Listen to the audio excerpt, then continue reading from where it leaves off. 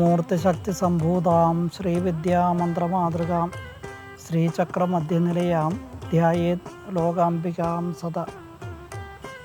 എല്ലാ പുണ്യാത്മാക്കൾക്കും എൻ്റെ വിനീതമായ നമസ്കാരം. കൊടുങ്ങല്ലൂർ ശ്രീവിദ്യാ പ്രതിഷ്ഠാനത്തിൻ്റെ ആഭിമുഖ്യത്തിൽ എല്ലാ വർഷവും ഡിസംബറിൽ സമസ്ത ജീവരാശികളുടെയും നന്മയ്ക്കായി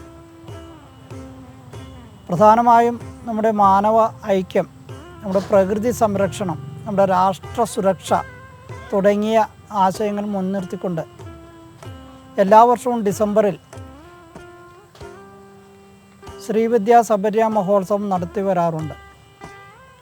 ശ്രീവിദ്യാ സമ്പ്രദായത്തിൽപ്പെട്ട വിവിധ ദേവതകൾക്കുള്ള പൂജകളും ഹവനങ്ങളും വിശേഷിച്ച് ചണ്ഡികായാഗവും എല്ലാം നടത്തി വരുന്നു. 2009 മുതലാണ് ശ്രീവിദ്യാ പ്രതിഷ്ഠാനം പ്രവർത്തനം ആരംഭിച്ചത്. ഇന്ന് നമ്മുടെ കുടുംബത്തിലെല്ലാം നേരിടുന്ന ദുരിതങ്ങൾക്കെല്ലാം അതിൻ്റെ അടിസ്ഥാന കാരണമായി നമുക്ക് കണ്ടെത്താൻ കഴിയുന്നത് നാമെല്ലാം നമ്മുടെ പാരമ്പര്യമായിട്ട് ആരാധിച്ചു വന്നിരുന്ന ആ ഒരു സമ്പ്രദായം നമ്മൾ കൈവിട്ടു പോയി എന്നുള്ളതാണ്.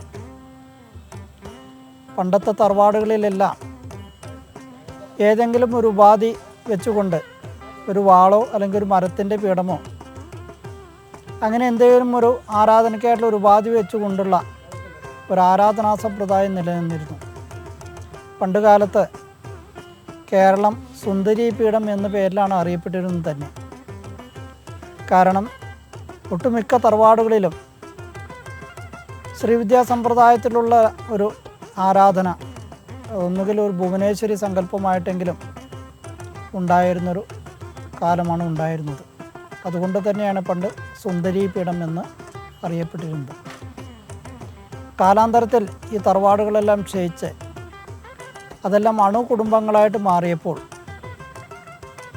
അവിടെ ഉണ്ടായിരുന്ന ആ നമ്മുടെ ദൈവികമായിട്ട് ആരാധിച്ചു വന്നിരുന്ന ഉപാധികളെല്ലാം ഇതെല്ലാം ആ തറവാട് ഭാഗം വയ്ക്കുന്നതിനോ അല്ലെങ്കിൽ പൊളിച്ചു വിൽക്കുന്നതിനോ ഒക്കെ തടസ്സമായി കണ്ടപ്പോൾ ഏതെങ്കിലും ഒരു ജ്യോത്സ്യൻ്റെ അടുത്ത് പോയി അല്ലെങ്കിൽ ജ്യോത്സ്യൻ വന്ന് അഷ്ടമംഗല പ്രശ്നമോ താമ്പൂല പ്രശ്നമോ ഒക്കെ ചിന്തിച്ച് അവിടെ ഉള്ള ഉപാധികളെ ഇപ്പോൾ ദൈവികമായിട്ടുള്ള ദേവിയുടെ ആരാധനാ സമ്പ്രദായത്തിലാണ് ഉണ്ടായിരുന്നത് എങ്കിൽ അതിനെല്ലാം ഒരു സ്വർണ്ണത്താലിയിലേക്കോ അല്ലെങ്കിൽ മറ്റെന്തെങ്കിലും ഉപാധികളിലേക്കോ ആവാഹിച്ച് കൊടുങ്ങല്ലൂര്, ചോറ്റാനിക്കര അതുപോലെ പ്രധാനപ്പെട്ട ദേവീക്ഷേത്രങ്ങളിൽ ഇത് സമർപ്പിച്ച് വർഷത്തിലൊരിക്കൽ അവിടെ ദർശനം നടത്തുകയും യഥാശക്തി വഴിപാടുകൾ നടത്തുകയും ചെയ്താൽ മതി എന്നുള്ളൊരു നിഗമനത്തിലെത്തുന്നു. അതോടൊപ്പം തന്നെ നമ്മുടെ തറവാടുകളുണ്ടായിരുന്ന സർപ്പക്കാവുകളെല്ലാം അതും എല്ലാം വെട്ടി നശിപ്പിച്ച് അവിടെ ആരാധിച്ചു വന്നിരുന്ന ആ ഉപാധികളെല്ലാം എടുത്ത് പാമ്പുമേക്കാട്, മണ്ണാറശാല, ആമേടമംഗലം, പാതിരിക്കുന്നത്തുമന തുടങ്ങിയ സ്ഥലങ്ങളിലേക്കെല്ലാം കൊണ്ടുപോയി കൊടുത്ത് വർഷത്തിലൊരിക്കൽ പോയി ദർശനം നടത്തി യഥാശക്തി വഴിപാടുകൾ നിർവഹിക്കാം എന്നുള്ള ആ ഒരു നിഗമനത്തിലെത്തുന്നു. വാസ്തവത്തിൽ ഇതെല്ലാം നമ്മുടെ പ്രായമായിട്ടുള്ള മാതാപിതാക്കളെ നാം വൃദ്ധസദനത്തിലേക്ക് കൊണ്ടുപോയി ഏൽപ്പിക്കുന്ന അല്ലെങ്കിൽ നടതള്ളുന്ന ഒരു അവസ്ഥ തന്നെയാണ് ഇവിടെയും സംഭവിക്കുന്നത്. ഇതുപോലെ സംഭവിക്കുന്നത് നമ്മുടെ ആ ഒരു ആരാധനാ സമ്പ്രദായം, നിത്യ ആരാധനാ സമ്പ്രദായം എന്നുള്ളത് അതിന് ഭംഗം നേരിടുകയും പലരും സൗകര്യപൂർവ്വം ഇതെല്ലാം മറന്ന് പോവുകയും ചെയ്യുന്നു. ഇതുകൊണ്ടൊക്കെ തന്നെയാണ് ഇന്ന് നമ്മൾ അനുഭവിക്കുന്ന എല്ലാ ദുരിതങ്ങൾക്കും അടിസ്ഥാനമായിട്ടുള്ളൊരു കാരണമെന്നുള്ളതാണ് എനിക്ക് തോന്നിയിട്ടുള്ളത്. അപ്പോൾ ഇത്തരം ആരാധനാ സമ്പ്രദായങ്ങളെ തിരികെ കൊണ്ടുവരാനും ഇന്ന് നമുക്കൊരു സാധനാബലം എന്നുള്ളത് ഒട്ടുമില്ലാത്തൊരവസ്ഥയുമാണ്. ഇന്ന് ക്ഷേത്രങ്ങളിലാകട്ടെ അതിഭയങ്കരമായിട്ട് തിരക്കുകളാണ് ഒട്ടുമിക്ക ക്ഷേത്രങ്ങളിലും. പണ്ട് ഇത്ര തിരക്കുകളുണ്ടായിരുന്നില്ല. അതിൻ്റെ അടിസ്ഥാന കാരണം നമ്മളെല്ലാം നമ്മുടെ തറവാടുകളിൽ ഉപാസിച്ചു വന്നിരുന്ന ആ കുടുംബ പരദേവതയെ നമ്മൾ നിത്യവും നമ്മൾ പ്രാർത്ഥിക്കുമായിരുന്നു എന്നുള്ളതാണ്. ഇതെല്ലാം നിലച്ചപ്പോഴാണ് നമുക്കെല്ലാം ധാരാളം പ്രശ്നങ്ങൾ അഭിമുഖീകരിക്കേണ്ടി വന്നതും ഇതിനെല്ലാം ഒരു ശാന്തി തേടിക്കൊണ്ട് നമ്മൾ ക്ഷേത്രങ്ങളിലേക്ക്, പ്രധാനപ്പെട്ട മഹാക്ഷേത്രങ്ങളിലേക്കെല്ലാം പോയി വഴിപാടുകൾ സമർപ്പിക്കുന്നത്. നമ്മുടെ കുടുംബ പരദേവതയെ കൃത്യമായി ആരാധിച്ചു വരികയാണെങ്കിൽ ആ കുടുംബ പരദേവത നമ്മുടെ രക്ഷയ്ക്ക് എപ്പോഴും ഉണ്ടായിരിക്കുകയും ചെയ്യും. അപ്പോൾ ഇത്തരം സ്ഥിതിവിശേഷങ്ങളിൽ അത് മാറ്റിയെടുക്കുന്നതിനും ആ പാരമ്പര്യമായിട്ടുള്ള ഉപാസനാ സമ്പ്രദായം നമുക്ക് തിരികെ കൊണ്ടുവരാനും അതോടൊപ്പം തന്നെ എല്ലാം ഒരു സാധന കൊണ്ട് നമ്മൾ ശക്തരായി തീരുവാനും അത്തരം ആശയങ്ങൾ പ്രചരിപ്പിക്കാനും അതിനെക്കുറിച്ച് ഭക്തജനങ്ങൾക്ക് അതിനെക്കുറിച്ച് ബോധവാന്മാരാക്കുന്നതിനും അവർക്ക് ആവശ്യമായ അറിവുകൾ പകർന്നു കൊടുക്കുന്നതിനും സഹായിക്കുന്നതിനുമൊക്കെയാണ് നാം ശ്രമിച്ചുകൊണ്ടിരിക്കുന്നത്. പ്രത്യേകിച്ച് ദേവി ഉപാസനയ്ക്കും ശ്രീവിദ്യോപാസനയ്ക്ക് പ്രധാനമായും ഉതകുന്ന ചർച്ചകൾ, സെമിനാറുകൾ, ആ ഉപാസന എങ്ങനെ വേണം, സാധന എന്ന് പറഞ്ഞാൽ എന്താണ് എന്നുള്ളതിനെയൊക്കെ കുറിച്ചുള്ള അറിവുകൾ പകർന്നു കൊടുക്കുന്നതിനുള്ള ക്ലാസ്സുകളും സെമിനാറുകളും ചർച്ചകളുമൊക്കെ നമ്മൾ എല്ലാ വർഷവും നടത്തി വരുന്നുണ്ട്. അതോടൊപ്പം തന്നെ നമ്മളെല്ലാവരും ഒന്നിച്ചിരുന്ന്, എല്ലാ ഉപാസകരും ഒന്നിച്ച് ചേർന്നിരുന്ന് ഒരു പ്രാർത്ഥനയും, അതായത് ആദ്യം നമ്മുടെ രക്ഷ, നമ്മുടെ കുടുംബത്തിൻ്റെ രക്ഷ, നമ്മുടെ ദേശത്തിൻ്റെ രക്ഷ, നമ്മുടെ രാഷ്ട്രത്തിൻ്റെ സുരക്ഷ, പ്രകൃതിയെ സംരക്ഷിക്കുന്നതിനുള്ള അതിൻ്റെ ഒരു പ്രാർത്ഥന, ഇതെല്ലാം ഈ ശബരിമല മഹോത്സവത്തിൽ നമ്മൾ പ്രധാനമായും ചെയ്തു വരുന്നതാണ്. 2009 മുതലാണ് ശ്രീവിദ്യാ പ്രതിഷ്ഠാനം ഇതിന് തുടക്കം കുറിച്ചിട്ടുള്ളത്. തുടർന്ന് എല്ലാ വർഷവും ഇത് നടത്തി വരുന്നു. അപ്പോൾ ഈ വർഷം അത് 16ാമത്തെ വർഷത്തിലേക്ക് എത്തിയിരിക്കുകയാണ്. ഷോഡശി എന്നുള്ള ആ ഒരു സങ്കല്പത്തിലായി. അതുകൊണ്ട് തന്നെയാണ് നമ്മൾ ഈ വർഷം കുറച്ച് വിപുലമായിട്ട് നടത്താൻ ആലോചിച്ചത്. എല്ലാ വർഷവും ഡിസംബറിൽ നടക്കുന്ന ഈ ശ്രീവിദ്യാ ശബരിമല മഹോത്സവത്തിൽ കേരളത്തിൽ നിന്ന് അകത്തുനിന്നും പുറത്തുനിന്നുമുള്ള ധാരാളം ഉപാസകരും ശ്രേഷ്ഠമായിട്ടുള്ള ആചാര്യന്മാരും വടക്കേ ഇന്ത്യയിൽ നിന്നുള്ള സ്വാമിജിമാരും എല്ലാം പങ്കെടുക്കാറുണ്ട്. ഈ വർഷം ഡിസംബർ 21 മുതൽ 25 വരെയാണ് കൊടുങ്ങല്ലൂർ ശൃംഗപുരം മഹാദേവ ക്ഷേത്രത്തിൻ്റെ പരിസരത്ത് വെച്ച് ശ്രീവിദ്യാ മഹായാഗമായി നമ്മൾ നടത്താൻ ഉദ്ദേശിക്കുന്നത്. ലളിതാ സഹസ്രനാമത്തിൽ ദേവിയെ പഞ്ചകോശാന്തരസ്ഥിത എന്ന് വിശേഷിപ്പിക്കുന്നുണ്ട്. അതുപ്രകാരം പഞ്ചകോശങ്ങളെ ആധാരമാക്കിയിട്ടുള്ള യജ്ഞശാലയാണ് ഇപ്രാവശ്യം നമ്മൾ സജ്ജമാക്കിയിട്ടുള്ളത്. ഏകദേശം 14,000-ഓളം ചതുരശ്രടി വിസ്തൃതിയിലുള്ളതാണ് യജ്ഞശാല.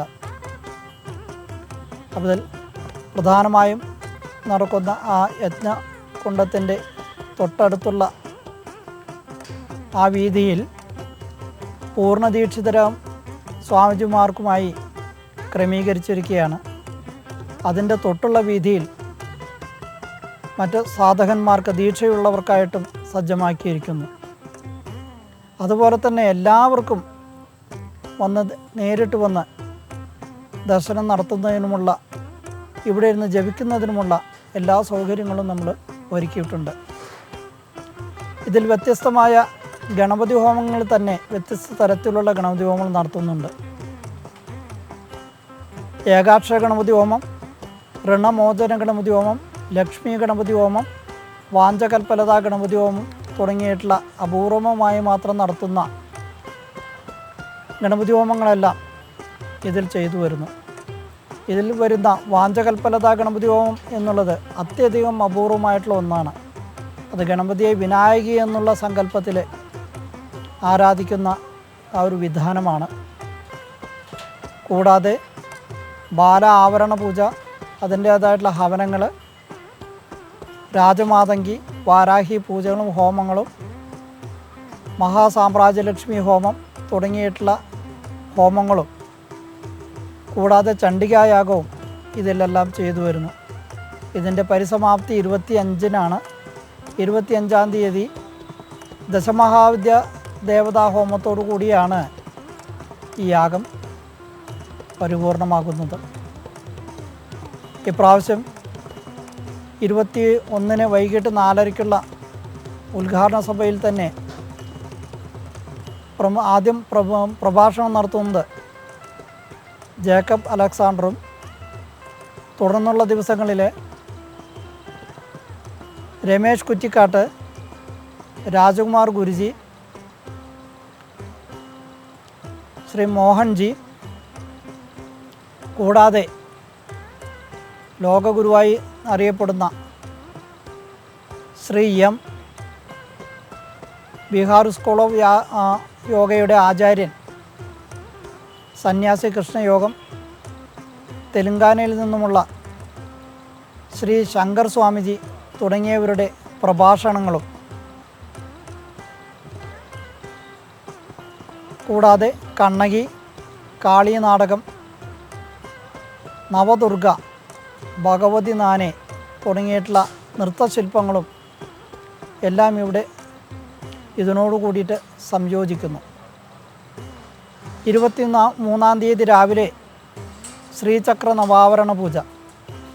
ഈ ശ്രീചക്ര നവാവരണ പൂജയിൽ രാവിലെ 9:30-ക്ക് ആയിരക്കണക്കിന് ഭക്തന്മാർ ചേർന്നിരുന്ന് ഒരുമിച്ചിരുന്ന് ലളിതാ സഹസ്രനാമ പാരായണവും അതോടൊപ്പം തന്നെ ഇവിടെ എത്തിച്ചേരാൻ കഴിയാത്തവരും ആയിട്ടുള്ള ആളുകളും ഒക്കെ വിവിധ സ്ഥലങ്ങളിലിരുന്നു കൊണ്ട് 1,00,000 പേര് ഒരുമിച്ചിരുന്നു കൊണ്ട് ലളിതാ സഹസ്രനാമ പാരായണവും ചെയ്യുന്നു.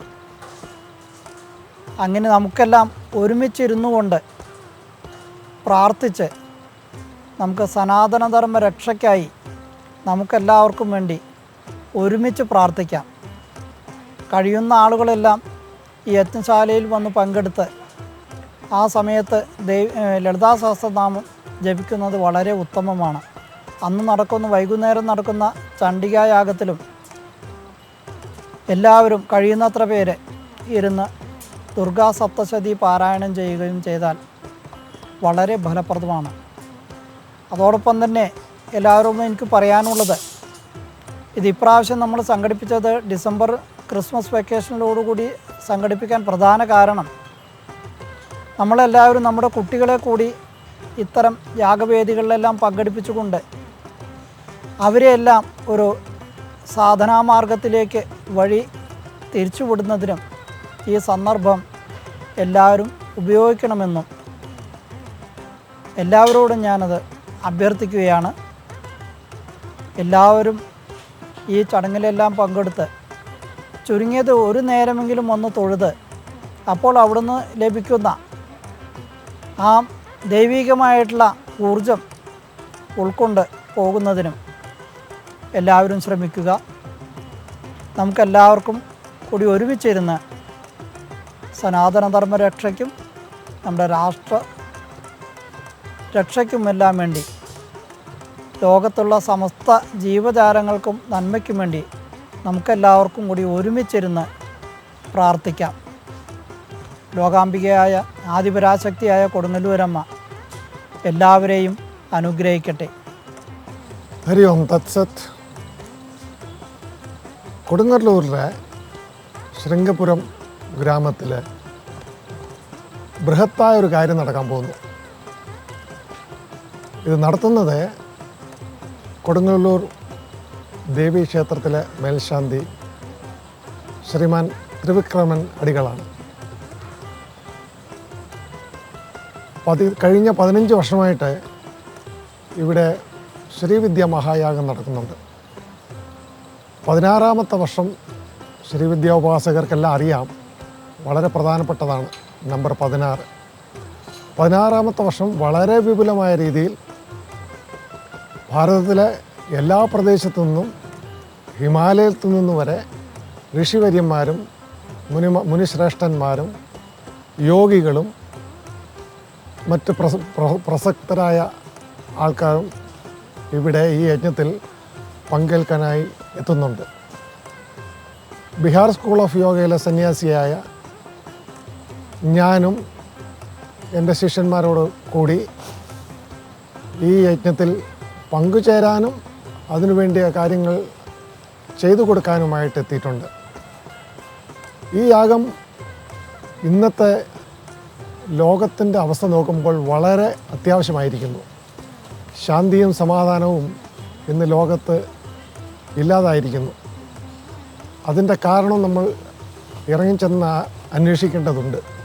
അതിനൊരു പോം വഴിയും കണ്ടെത്തേണ്ടതുണ്ട്. ഇത്തരത്തിലുള്ള യാഗം നമ്മുടെ പ്രകൃതിയുടെ ബാലൻസിനെ നിലനിർത്താൻ വളരെ അത്യാവശ്യമാണ്. ഇതിന് ഒരുമ്പിട്ടിറങ്ങുന്ന ആൾക്കാരെ സഹായിക്കേണ്ട അത്യാവശ്യം നമുക്കുണ്ട്.